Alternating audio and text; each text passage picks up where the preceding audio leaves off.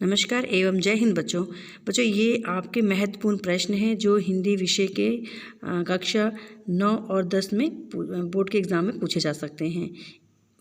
जिसकी ये चौथी सीरीज़ है प्रश्न पत्रों की। प्रश्न 1, हिंदी भाषा में प्रयुक्त होने वाले उपसर्गों की संख्या कितनी है? इसके ऑप्शन है 3, 4, 2 या 1। इसका उत्तर है 3। प्रश्न 2, निम्नलिखित में से कौन अर्थ के आधार पर वाक्य का भेद नहीं है? इसके विकल्प हैं प्रश्नवाचक, दूसरा संयुक्त वाक्य, तीसरा संकेतवाचक और चौथा है आज्ञावाचक। तो बच्चों इसका उत्तर होगा संयुक्त वाक्य जो है के आधार पर वाक्य का भेद नहीं है। प्रश्न 3, मोहन ने खाना खाया। इस वाक्य में रेखांकित शब्द की पहचान कीजिए। पहला है ऑप्शन पद, इनमें से कोई नहीं, शब्द और पद दोनों या शब्द। तो बच्चों इसका उत्तर होगा पद। निम्नलिखित में कौन सा वर्ण पंचमा अक्षर नहीं है? तो इसके विकल्प हैं इया, आड़ा, अंगा या य। 5, गिल्लू लेखिका से बहुत प्रेम करता था, स्पष्ट कीजिए। इसका उत्तर इस प्रकार होगा, गिल्लू वास्तव में एक अत्यधिक संवेदनशील प्राणी था और उसे महादेवी से गहरा लगाव था।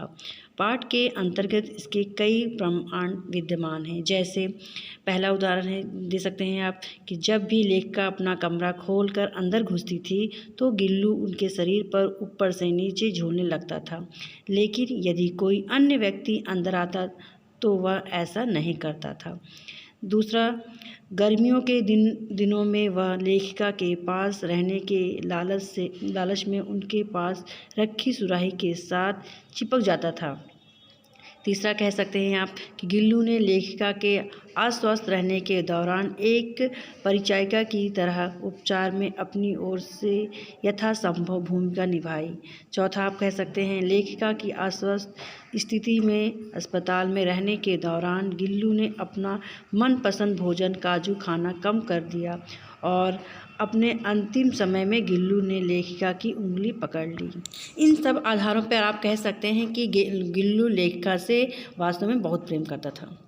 प्रश्न 6, सुई तथा तलवार के उदाहरण द्वारा कवि क्या संदेश देना चाहता है?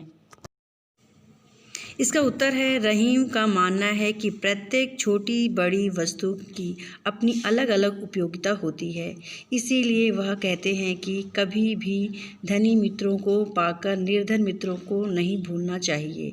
इसके लिए रहीम सुई और तलवार का उदाहरण देते हुए कहते हैं कि जहाँ सुई का काम होता है वहाँ तलवार व्यर्थ हो जाती है। इस प्रकार रहीम इस उदाहरण के माध्यम से समाज में सभी के सम्मान का संदेश देते हैं। सभी वस्तुएं भले ही वे छोटी ही क्यों ना हों उपयोगी होती हैं, इसीलिए छोटे व्यक्तियों या छोटी वस्तुओं का तिरस्कार नहीं करना चाहिए। प्रश्न 7, हामिद खां पाठ से तक्षशिला में आगजनी की खबर पढ़कर लेखक के मन में कौन सा विचार था? इसमें लेखक के स्वभाव की किस विशेषता का परिचय मिलता है? उत्तर, तक्षशिला में आगजनी की खबर पढ़कर लेखक को हामिद खां की याद आ गई। उसके यहाँ उसने खाना खाया था। उसे हामिद खां की आवाज़, उसके साथ बिताए क्षणों की यादें आज भी ताज़ा हैं। उसकी मुस्कुराहट उसके दिल में बसी है। लेखक की यही कामना है कि तक्षशिला के सांप्रदायिक दंगों की चिंगारियों की आग से हामिद और उसकी वहाँ दुकान जिसने मुझे भूखे को दोपहर में छाया और खाना देकर मेरी क्षुधा को तृप्त किया था, बचे रहे। इनसे लेखक की प्रंत निरपेक्ष मानवीय भावनाओं का पता चलता है। प्रश्न 8, भ्रष्टाचार विषय पर 20-30 शब्दों में एक नारा लिखिए। तो नारा बच्चों इस प्रकार से लिखा जाएगा, जैसे अगर भ्रष्टाचार के सामने हर कोई मौन रहेगा तो इसके खिलाफ अभियान में कौन रहेगा? प्रश्न 9 है, स्वतंत्रता दिवस पर देशवासियों के लिए शुभकामना संदेश लिखिए। तो संदेश बच्चों इस प्रकार से लिखा जाता है। पहले बच्चों संदेश लिखने इस प्रकार तैयार किया जाएगा। पहले आप तिरंगा का बनाएंगे, का चित्र बनाएंगे। उसके बाद कोई राष्ट्रगीत लिखेंगे, जैसे इसमें लिखा है, विजय विश्व तिरंगा प्यारा, झंडा ऊंचा रहे हमारा। उसके बाद नीचे लिखेंगे, उसके साइड में बाएं हाथ में तारीख 15 अगस्त 2020 और फिर प्रातःकाल कितने बजे संदेश दिया गया है, तो 5:30 में। और सभी प्रधानमंत्री ने किस प्रकार दिया है, सभी देशवासियों को 15 अगस्त स्वतंत्रता दिवस की हार्दिक शुभकामनाएं हैं। स्वतंत्रता के लिए हमें अनेक कुर्बानी देनी पड़ी और लंबा संघर्ष करना पड़ा है। इस लड़ाई में हर धर्म, जाति, रंग और नस्ल के लोगों बढ़ चढ़कर भाग लिया। आज हम आज़ाद हैं, सुरक्षित हैं, सिर्फ अपने वीर बहादुर जवानों की कुर्बानी से। आओ हम इसी एकता को कायम रखते हुए आज भी आगे बढ़ने का संकल्प करते हैं। और फिर लिखेंगे नीचे, जय हिंद, नरेंद्र मोदी। इस प्रकार संदेश लेखन होता है। इस प्रकार लिखा जाता है स्वतंत्रता दिवस पर प्रधानमंत्री का संदेश। प्रश्न 8 है, अब पशु पक्षियों के प्रति क्रूर व्यवहार न करने की सलाह देते हुए अपनी सखी को पत्र लिखिए।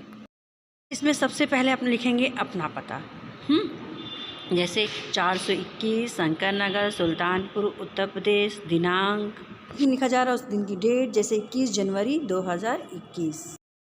उसके बाद लिखा जाएगा प्रिय सखी, उसके नीचे नमस्कार, फिर संबोधन किया जाएगा। उसके बाद लिखेंगे, मैं यहाँ पर कुशलतापूर्वक से हूँ और तुमसे भी यही आशा करती हूँ। मुझे तुम्हारी किसी सखी से पता चला है कि तुम पशु पक्षियों के प्रति बहुत क्रूर होती जा रही हो। यह जानकर मुझे बहुत दुख हुआ है, इसीलिए मैं तुम्हें कुछ विशेष बातें बताने चाहती हूँ। ये भोले भाले पशु पक्षी तो हमारी प्रकृति की शान हैं, वातावरण का संगीत हैं। ये अपने सुरों से हमारा मानसिक तनाव दूर करते हैं। ये हमें हर पल एक संदेश देते हैं, इसीलिए हमें इनकी रक्षा हेतु सदा तत्पर रहना चाहिए। मुझे आशा है कि मेरा पत्र पढ़कर पशु पक्षियों के प्रति अपना व्यवहार बदलने का अवश्य प्रयास करोगी। शेष बातें अगले पत्र में। अपने माता पिता को मेरा सादर नमस्कार कहना, अपनी छोटी बहन को मेरा प्यार देना, तुम्हारी सखी। और फिर इसके बाद अपना नाम लिखेंगे। ये था आपके प्रश्न पत्र। अगर इन प्रश्न पत्रों में कोई भी प्रश्न आपको ना समझ में आया हो या कोई आपकी समस्या हो, तो आप कमेंट बॉक्स में करके मुझसे पूछ सकते हैं। धन्यवाद।